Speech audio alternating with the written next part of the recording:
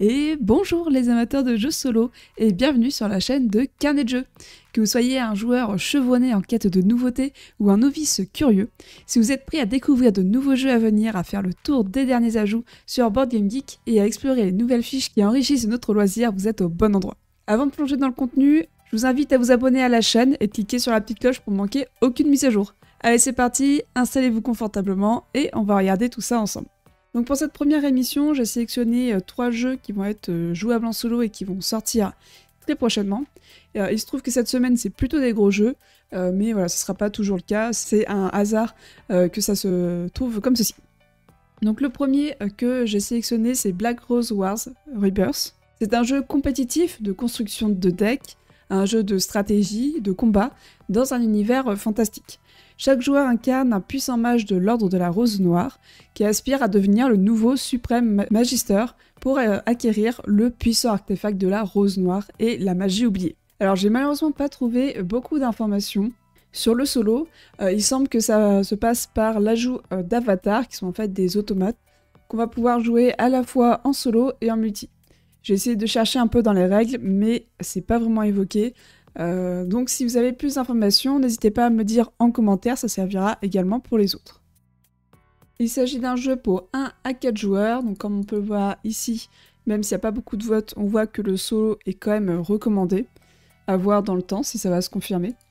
Pour des parties d'1h30 à partir de 14 ans et une complexité qui est quand même très proche de l'expert. On est vraiment entre initié plus et le début expert par rapport à la note qui est renseignée ici. Il a une très bonne note, mais attention, c'est un Kickstarter, donc en général les notes sont surévaluées. Il vaut mieux attendre un peu pour vraiment se fier à cette note-là.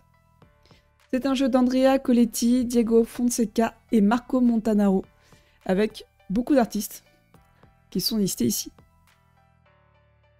Ensuite, j'ai sélectionné Chronicle of Dronagor, Age of Darkness, donc l'âge des ténèbres, qui est aussi un gros jeu, cette fois-ci compétitif, un dungeon crawler, avec plusieurs scénarios et surtout un plateau 3D qu'on peut voir un peu ici. On va devoir gérer des ressources pour faire des attaques plus dévastatrices. On va également gagner de l'expérience et des nouvelles compétences pour notre classe ou notre personnage. A priori, il y a également quelques petites surprises qui viendront s'ajouter à nos explorations pour découvrir des trésors, des secrets et peut-être d'autres choses. On va devoir combattre à la fois contre les ennemis, mais également contre les ténèbres qui agissent différemment suivant le scénario. Le jeu arrive avec une panoplie d'extensions pour les amateurs d'éolines. Donc il s'agit d'un jeu de 1 à 5 joueurs. On voit que là, il y a davantage de votes, où le best est quasiment à 1/3, voilà, et le reste est en recommandé. Pour le moment, il n'y a pas de non recommandé dessus. Il y a quand même pas mal de votes, bon 34 en tout, mais 28 sur le solo, donc ça peut être pas mal. Pour une durée également, cette fois-ci de 2 heures, une durée de 2 heures, un peu plus long que l'autre.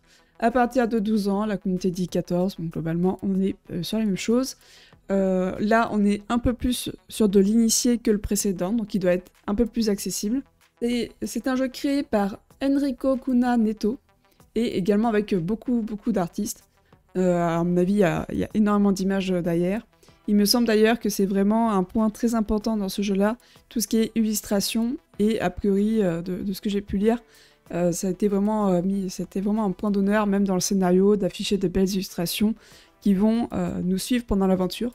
Je dois avouer que c'est un jeu qui m'intrigue, alors je dirais pas que je vais l'acquérir, mais si un jour j'ai l'occasion d'y jouer, ce sera avec grand plaisir parce que le matériel a l'air incroyable.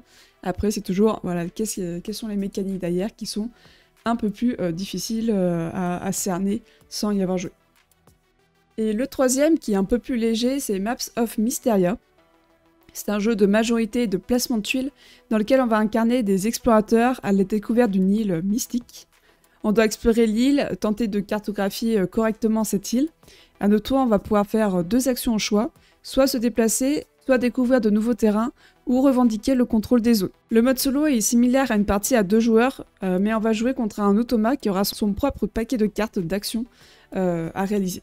Le but final est de battre l'automa au score, donc ça peut être assez variable je suppose. Donc là on est sur un jeu qui est déjà beaucoup moins bien noté. Il faut savoir que c'est un jeu que j'ai vu en festival, il me semble que c'était l'auteur qui me l'a pitch.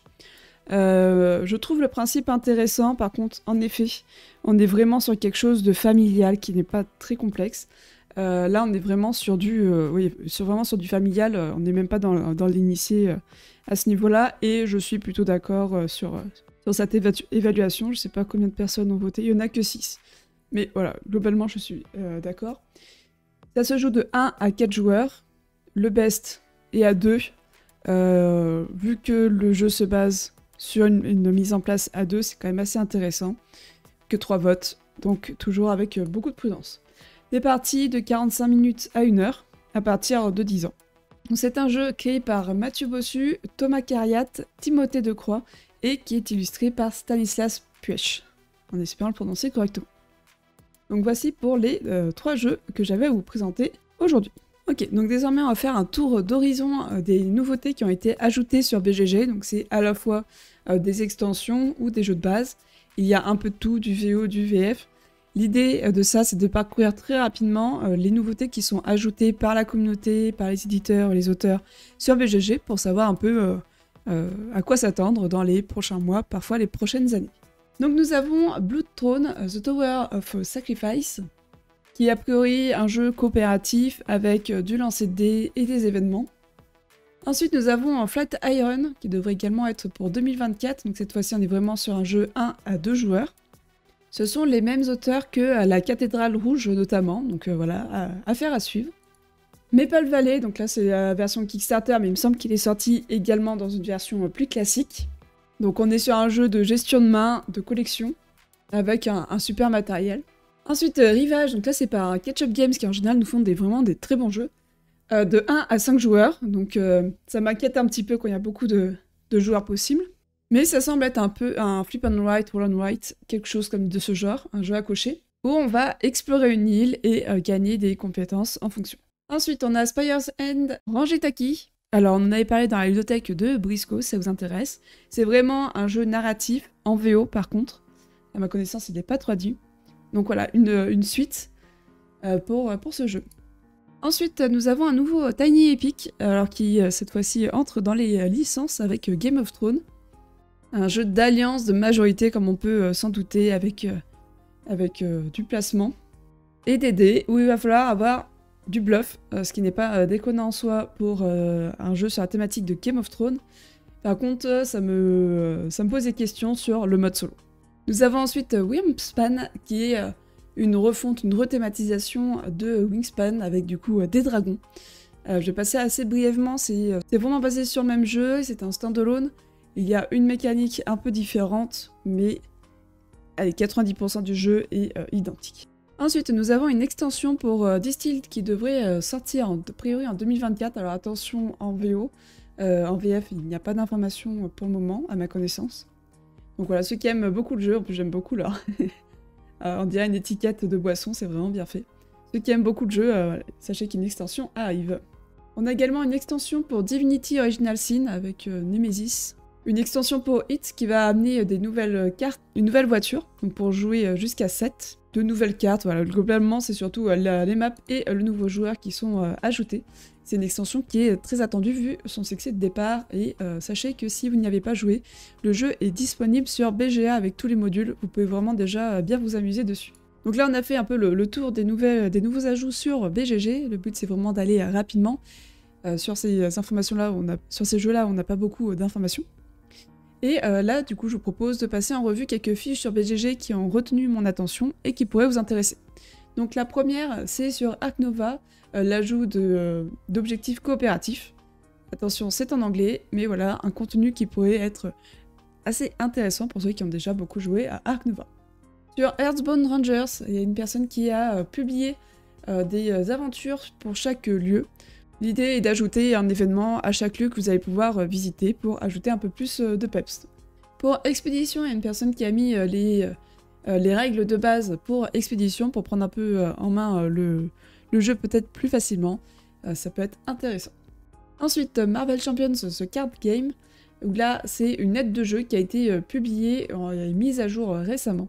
J'ai regardé un peu ce qui est proposé, c'est vraiment très très complet. Moi je n'ai pas le jeu, mais il y a vraiment un effort aussi sur la mise en page qui est à saluer, vraiment très bien. En même temps c'est marqué qu'il est designer, donc rien d'étonnant à cela.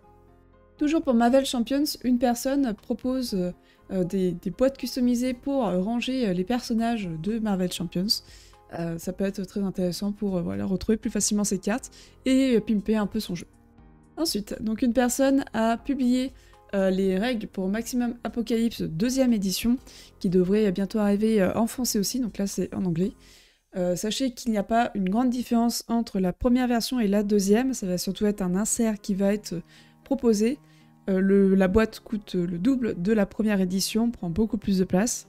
L'un de leurs arguments de vente est de rendre la mise en place plus facile, mais sachez qu'il est possible de moduler sa première boîte, la première édition, pour également avoir une mise en place plus rapide. Donc voilà, si vous voulez lire un peu les règles de la seconde édition pour potentiellement ajuster la première, ça peut être intéressant. Personnellement, j'y jetterai un œil. Pour Nucleum, qui est un jeu phare expert, dont on entend beaucoup parler en ce moment, une personne a proposé une variante du solo, de l'IA solo, qui devrait être plus compétitive, plus rapide et avec moins de maintenance. Donc ça peut vraiment être intéressant. J'ai pas vraiment lu de retour pour le solo de Nucleum, mais si quelqu'un a pris le temps de faire une variante, je pense que ça peut intéresser d'autres personnes. Un autre automa qui est proposé, alors cette fois-ci c'est pour Terraforming Mars, qui a pour objectif d'agir un peu plus comme un joueur humain. Donc voilà, ça peut également intéresser, et notez que celui-ci est en français. Pour The Witcher Old World, alors je sais que celui-ci a été longtemps décrié pour son solo, qui n'est pas intéressant, sans l'extension qui était uniquement en Kickstarter. Là, il y a une personne qui a vraiment bossé le sujet pour proposer un automa solo. Il a déjà fait plusieurs révisions, comme on peut le voir, et il y a énormément de retours, donc je pense que c'est un partage qui était vraiment le bienvenu, qui est en français aussi. D'ailleurs, on peut voir que c'est une traduction des règles d'automa non officielles. Donc si vous avez le jeu, que vous l'avez mis de côté parce que le solo est tout pourri, c'est également l'occasion de le ressortir. Ensuite, une personne a partagé un fichier pour Trudvang Legend, qui vont vous permettre de rendre le jeu un peu plus difficile que ce qu'il est, pour ajouter plus de conséquences pendant les combats, et avoir une expérience plus challengeante. Donc à tous les amateurs, sachez que c'est disponible du coup sur Board Game Geek, et c'est une version en anglais, mais sachez que la plupart des documents peuvent être traduits assez facilement sur internet. Si vous allez sur Google Traduction par exemple, vous pouvez renseigner un document PDF, doc, etc. et le faire traduire automatiquement. Vous n'aurez pas la meilleure traduction possible, mais ça peut vraiment dépanner. Et voilà, il s'agissait de la dernière fiche que j'avais à vous présenter aujourd'hui. J'espère que cette vidéo, ce format vous a plu. L'objectif est d'avoir comme ça un petit compte-rendu chaque semaine rapide sur les jeux à venir, les derniers ajouts BGG et les fiches qui peuvent vous intéresser. N'oubliez pas de partager en commentaire vos propres découvertes et expériences. Déjà, moi, ça m'est utile, mais ça peut également être utile à d'autres personnes qui liront les commentaires. Si cette vidéo vous a plu, n'hésitez pas à laisser un pouce bleu, à vous abonner pour ne rien manquer et à partager avec vos amis passionnés de jeux de société. Merci de nous avoir rejoints et en attendant la prochaine vidéo, amusez-vous bien!